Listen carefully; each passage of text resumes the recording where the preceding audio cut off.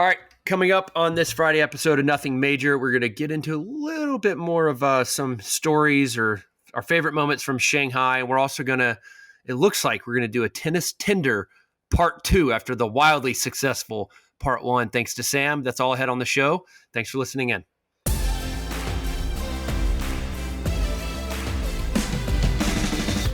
All right, welcome back, everyone, to Nothing Major. John Isner here, Sam Query, Jack Sock, Stevie Johnson. The team at SIFT, as always, is with us. Mentioned on Monday, we're going to totally unpack results-wise the Shanghai Masters coming up on Monday. But for right now, let's talk a little bit more like fun stuff or what we liked about Shanghai or some goofy events that would happen in Shanghai that kind of make it different from some of the other Masters 1000s. I want to start with. Hold on, I got one funny thing to say. Oh, go ahead. Yeah, go ahead. I went to a birthday party over the weekend, for our kids. Another rant. This is another rant. It's not a rant, but one of the other dads. There's one of the other dads that I've seen 10 times, but I didn't know his name and he didn't know my name, and he walked up to me and he's like, "Hey, buddy, what's your name again?" I've never felt so dominated by another dad when he called me buddy. You know, we talk about that when someone calls you pal or chief. Buddy is the worst. Hey, buddy, what's your name again? I was like, Chief is worse. Chief is worse. Buddy hurt too, though. Bud is awful. Pal is awful. It only hurt because they called you buddy and then your name. You could just stick with the buddy or pal and then not ask the name and just continue on with your life. That feels less dominating. You're right. No. You're like, hey, buddy, how's it going? Not, hey, guy, I don't know who you are. What's your name again? He had the upper hand the entire birthday party on me. Every time I looked at him, I just cowered down. I was like, hello. But you know what? It was obvious that he didn't know your name and you didn't know his name. So I like how he broke the ice like that. Yeah, but he didn't have to go with the buddy, you know? Yeah, it's the worst. Or it could have just been hey, I'm Bill. What's your name again? I know he's the buddy stung. You just hit the hey man. When an older person hits you with the bud or buddy, it's just so demoralizing. You're done. I just felt absolutely dominated. I'm a big pal guy. Hey, pal. Pal's tough. But that is so dad life, seeing people you've seen 100 times, you don't know their name. Yeah. I still forgot his name. I still don't know the guy's name. I hope he doesn't listen to the pod, honestly, because that was going to be super weird. He forgot yours already too, Sam. Yeah. All right.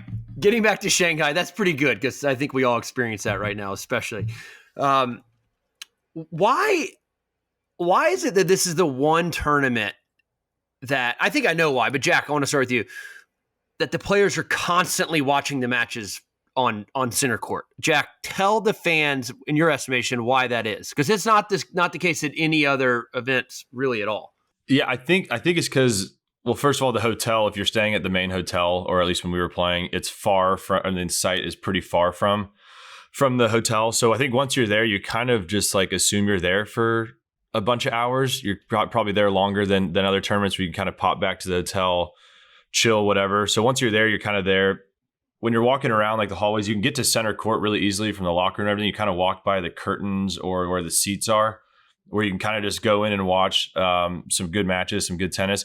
And also those really comfy chairs that you can sit in right when you go up there. They're bougie office chairs that you can go I think they got a little bounce to them, and you can just they got a little recoil, and you can just sit there and you can just watch some tennis if you're chilling. Usually you get your practice in. The food's unbelievable. Maybe while it's digesting, you just go watch a little tennis, and you kind of mill there for a little bit at that tournament, probably more so than others. So it's kind of just an easy, chill event you can hang out at. I think Jack said it best, the convenience of getting on center court. It's one of the few center courts, you're just kind of the locker room, the food area, all inside. You can pop in any of the corridors and just easily access the center court. Where any other tournament in the world, basically, if you wanted to pop on center court, it's you go outside, you got to walk amongst the fans and go through a corridor and try to get a seat. This one is not that.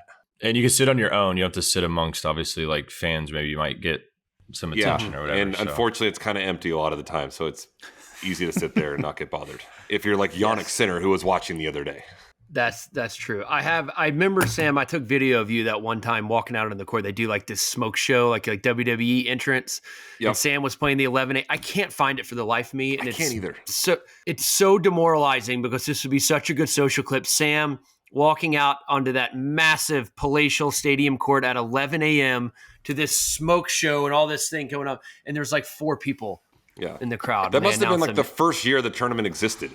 But anyway, did you guys ever stay? Any of y'all ever stay at the hotel that's not far away? Because that is an option. Just you. I think you did it, that one. Did you like it? It was convenient, but man, there wasn't much going on. Like the hotel back in in the city in Shanghai, there's so much to do. Amazing restaurants. You're on the Bund. Is it the Bund or the Bund? Bund. Bund? I don't know. Okay. You're on the Bund, and there's just food is amazing. The city is lit up. It's quite spectacular. The place that's 10 minutes from the courts is anything but that. The hotel was nice. Weird. It was just a ghost town, had no vibe to it. Shanghai was one of the few cities that I didn't play all the tournaments in China, but Shanghai is a good city where you could get back to the hotel at 4 or 5 and then leave the hotel, like John just said, and go to 10 to 20 like really nice restaurants, steakhouses, sushi places, Italian places. The city felt like a little more westernized maybe than like a Beijing or a Chengdu. And so it was cool to walk around. It also felt, I mean, it's massive. It felt like New York City on steroids. It was 5 times the size. The skyline just never ending. Just never ended. Yeah. Yeah. No, it's spectacular. All right, getting back to the tournament. One more funny thing. I think we spoke about this last year, but got a bigger following now, so we're going to bring it back up again. Every year at the ATP Masters event in Shanghai, they have like the accumulation of all you as players when you do stars appearances. Like these are like mandatory appearances you have to do to promote the tournament. Sometimes you can volunteer to do appearance. You get points and you accrue points throughout the year. And is it at Shanghai where you can sort of cash in those points and get some? Do I have that right, Sam? Yeah. Like you can get some swag with prizes. It's like you don't accumulate them throughout the year. It's strictly done in Shanghai. It's all the events you do in Shanghai. So that's why like everybody in Shanghai, all the players like, I'll do the autograph signing, I'll do the suite visit, I'll do the kids, whatever, right? Because you accumulate points. So like the stuff you do in Delray in February doesn't transfer over to Shanghai. Okay. So that's why these guys will work, 15 events and accumulate these points for then Sam can go into the gifts. So every doubles guy can get a massage chair sent to their house. Yeah. Do the points roll over? Yes.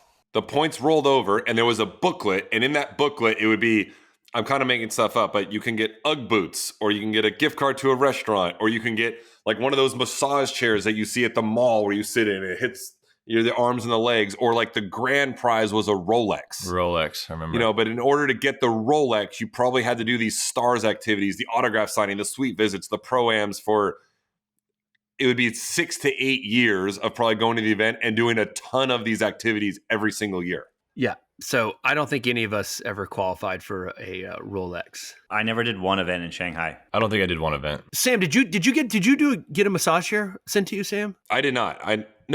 Is Mike Bryan has 4. I've seen them. He has 4 of these massage chairs. They're hideous. You can't put them in any room.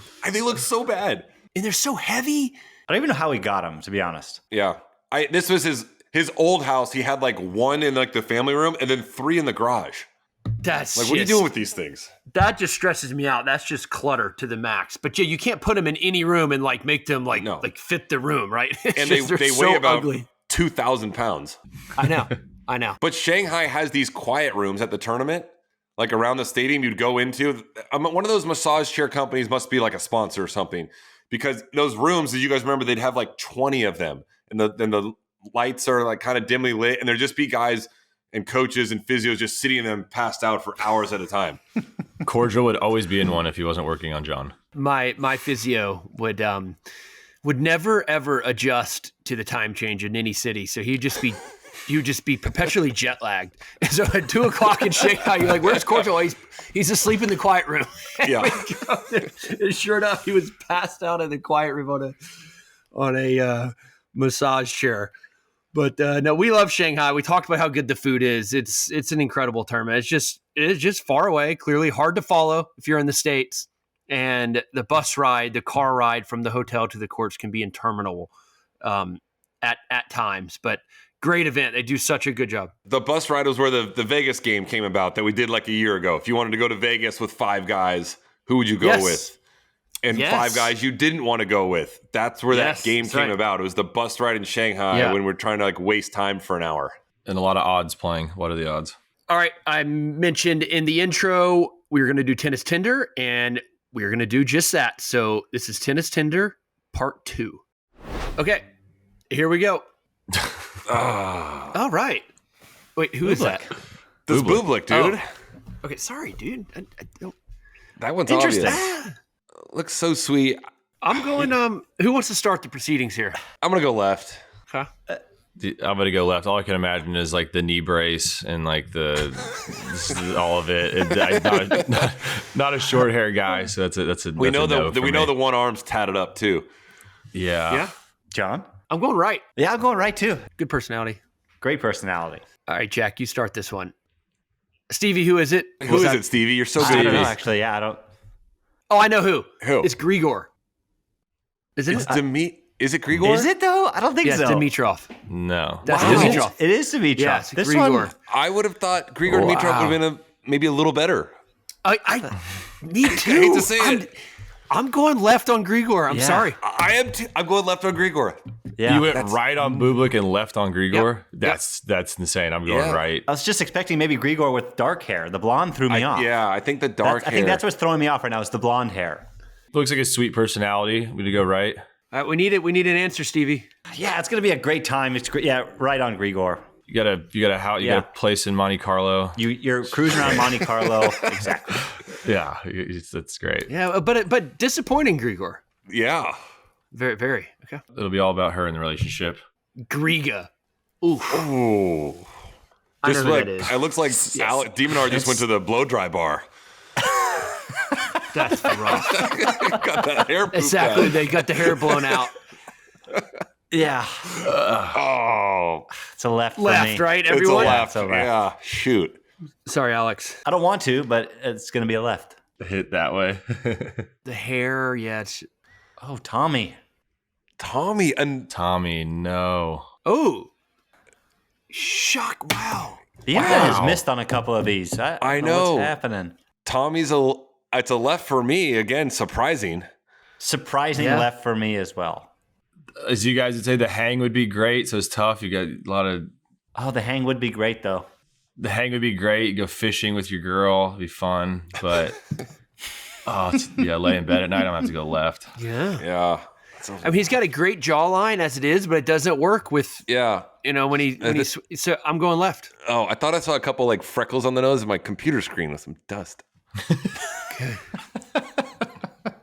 Yep. Tommy. Wow. 2 lefts there. Got any more? Here we go. Novak. Novak. Like initially, you're kind of like, okay, The hair looks good. but then like the longer you look, The hair looks good, but good tan. the tan is good. The skin tone's unreal. Yeah, they did it. They got a great tan. This is a tough one, guys. Do a long play and marry money here and say yes. I think I think I go right to like explore the first date, but Yeah, I think Sam's. I think You're is a right. good one. Yeah. I'm going left. it's tough though. You got what restaurant you taking female Novak to? You know, That's a good point because that sounds horrible. a lot of food restrictions. I'm going right, eating my own diet. Yeah. Okay. Fritzy, Looks like more of a. I kind of like the hair. Like got like a full body shot there. I mean, Yes. Yeah, you know. we got a full body shot. That's the first. That's the first. Fritzy. Like not just. Yeah, Fritzy looks good. That's right. Yeah, Fritzy's that's a right. Let's go linebacker. Yeah, Fritzy's a rocket right there. First one we've seen with a blouse, you know? Fritzy's top 5. I'm going left. What? Left. Like that's just no. Love the outfit too. Yeah. Maybe it's the outfit. We're glazing Taylor Fritz again. Look at us. Yeah. Yeah. Wait. No way. Stevie, you look like a substitute teacher. He does. He looks like a substitute teacher. Why do they gotta put me in a Yonex t-shirt? Oh, yeah, and you wore a Yonex to the classroom. They put a Yonex. That's so gross. Stevie, that's one of the worst I've ever seen. Like, That's the grossest thing I've ever seen. Oh, I'm gonna have to excuse myself for the rest of this video, guys. I'm sorry, That bud. I is- gotta go left. I gotta go left on you. that is horrible. Oh my. If anybody goes right, they should be kicked off this podcast. I know who that is. Yeah, it's Medvedev. Daniil. Medvedev. Is female Medvedev winking with the right eye?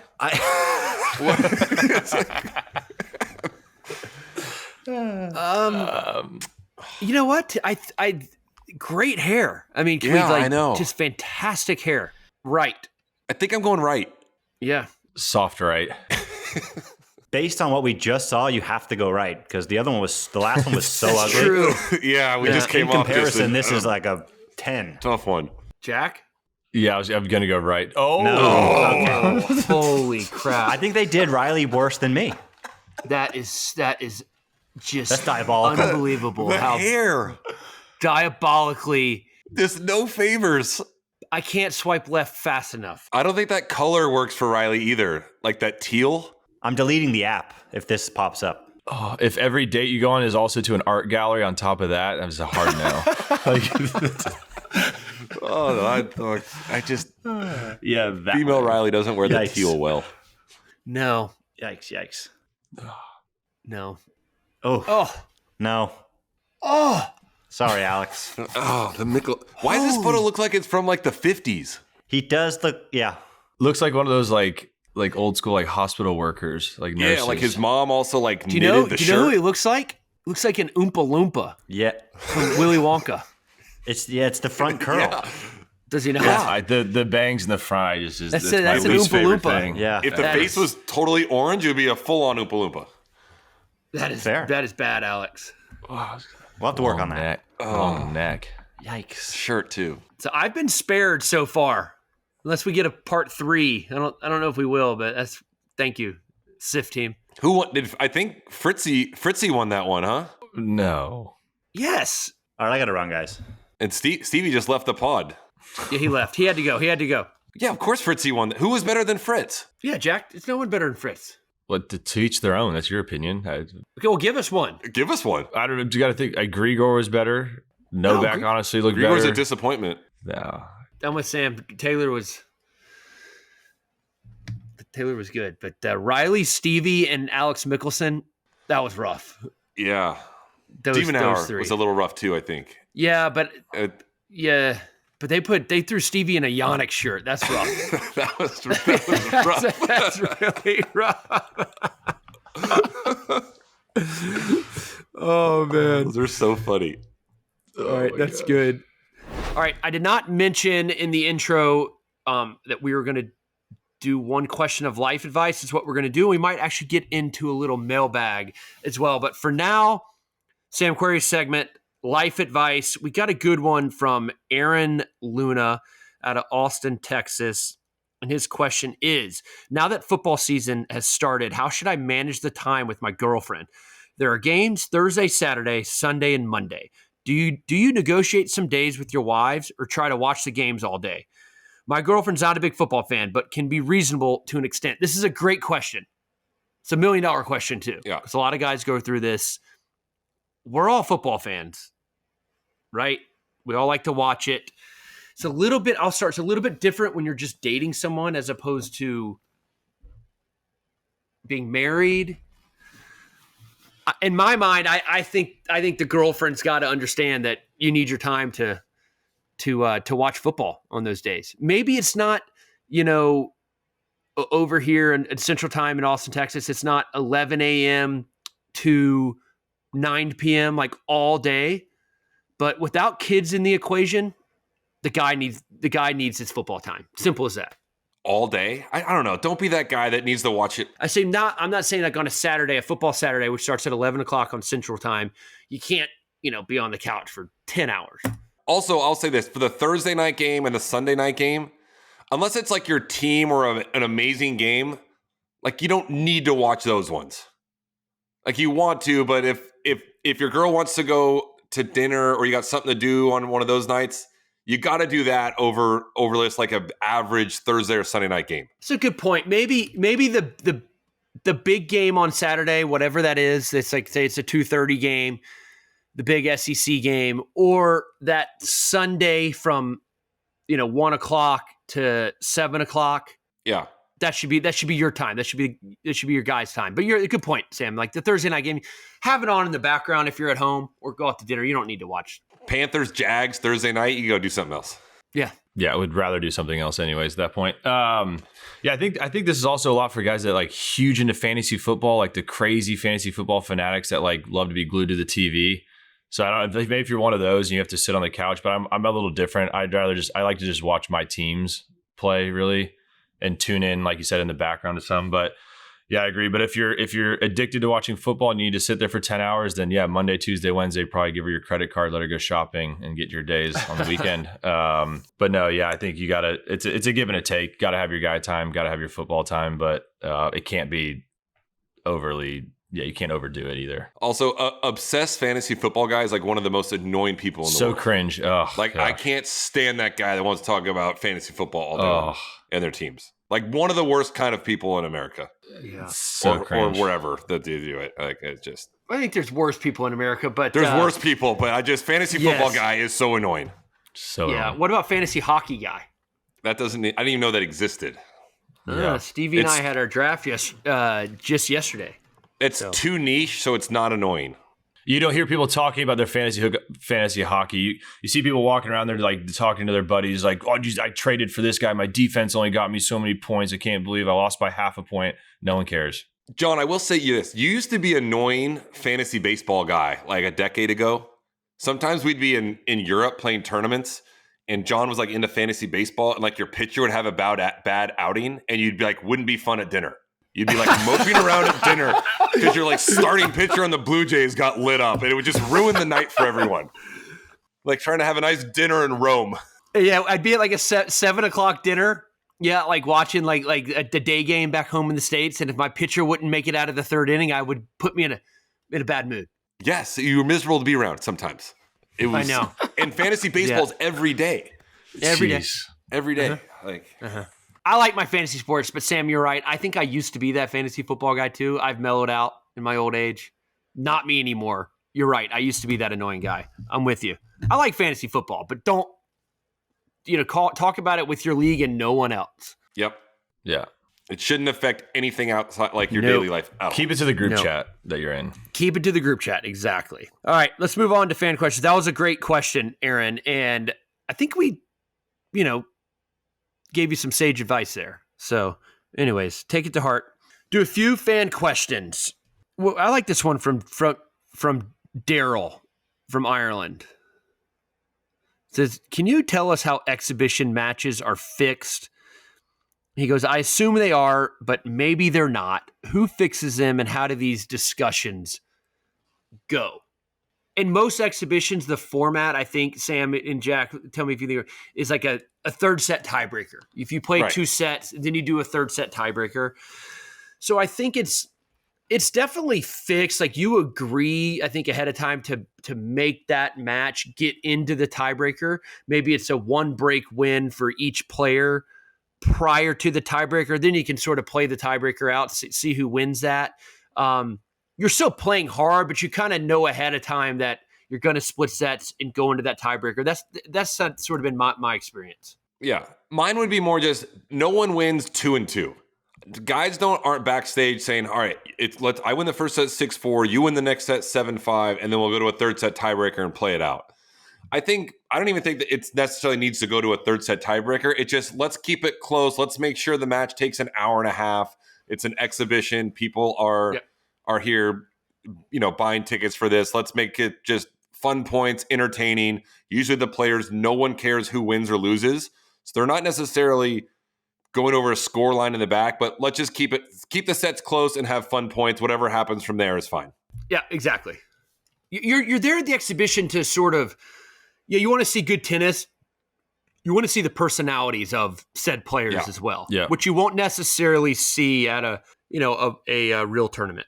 And I also think there's, like, we talk about unwritten rules. We haven't really gotten into them, but like if you get invited to an XO or someone's hosting one, there's that, like, you're probably not going to go in there and like take the person out maybe in front of the crowd that they're bringing or whatever, if that makes sense. Like when I did Roger's thing, the match for Africa. Yeah, I was in no way was I going to go try to like beat Roger, or not that I would, but whatever. Like, yeah. But you're like, the crowd wants to, see him play really well. Like you said, keep it close, have some awesome points, competitive, fun. But I'm not going to go out there and try to like beat.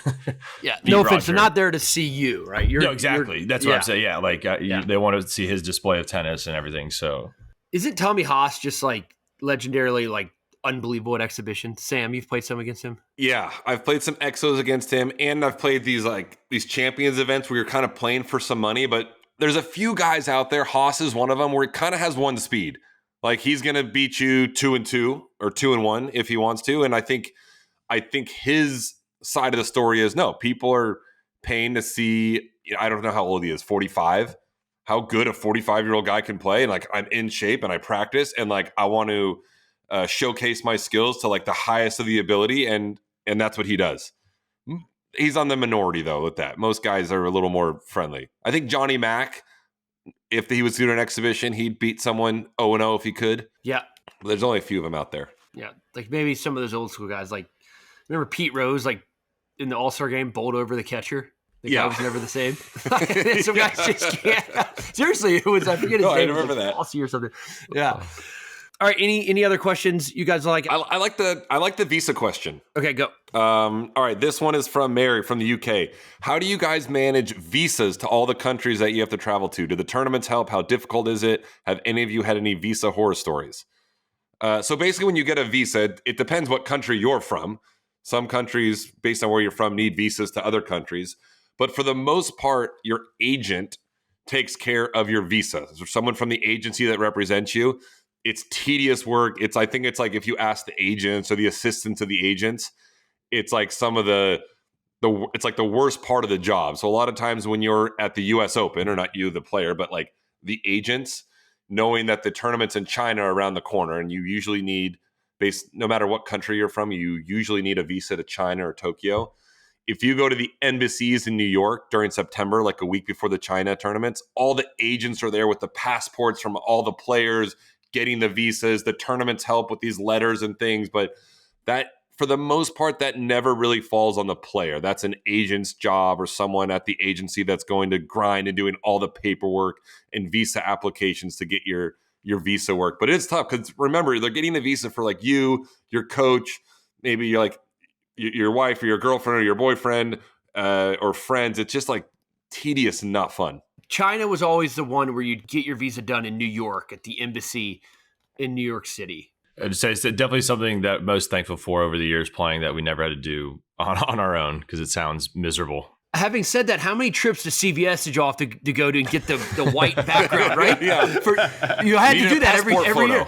You need the passport photo, and you got to go to CVS, and they pull the screen down, and it's not like a total pain, but it happened every single year, and I always ask myself, why don't I just save the ones from the previous year? I never did. I know. I would have to go in each and every year. Some countries were easy too. Like Australia required a visa, but you just like bought it at the airport for like $20 when you checked in. It's ridiculous. Just online, yeah. Something like that, yeah. Yeah, but the Chinese one it's taped on your passport. Can't get it off. This is the Taylor Fritz deal. It was what we talked about a couple weeks ago. His Chinese visa was in his passport that recently expired.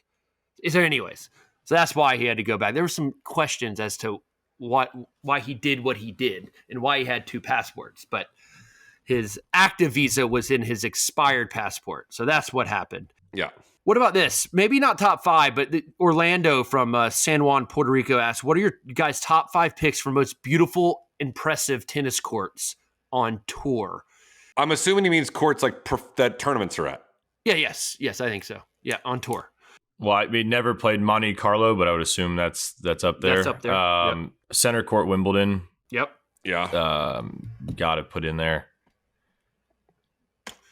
The Statue Court in Rome. In Rome, yeah. Spectacular. I'm a big Stadium 2 at Indian Wells with Nobu up there. People having dinner. Great call, Very Jack. underrated, Yeah. but like a very impressive court. Atmosphere is always incredible. People are able to eat at Nobu at a sick dinner while watching tennis. Like, Yeah. Great call. not talked about enough. Center Court Stockholm. That club's been there for 150 years and was owned by like the king, and it's still wooden bleachers. That's a Yeah. good one, Sam. It's really cool. Yep. You can't tell when you're watching on TV. It's more like you got to be there and see it empty, but it is a beautiful court. Great vibe there in Stockholm. Yeah. Houston Center Court is Houston Center's good. pretty Yeah. just. Again, it's been there forever.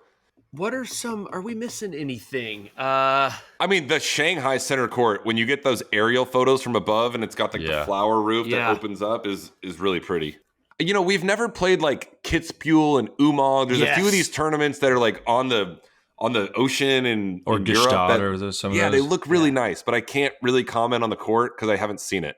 Yeah, I think Kitzbühel, from what I've seen, to me is the most beautiful. I feel like we gave like 7 there. I played a challenger in Bermuda once. Did you play that? Any of you guys play that? It was like a big one. Not worth mentioning, I don't think. I disagree. It was like the court itself.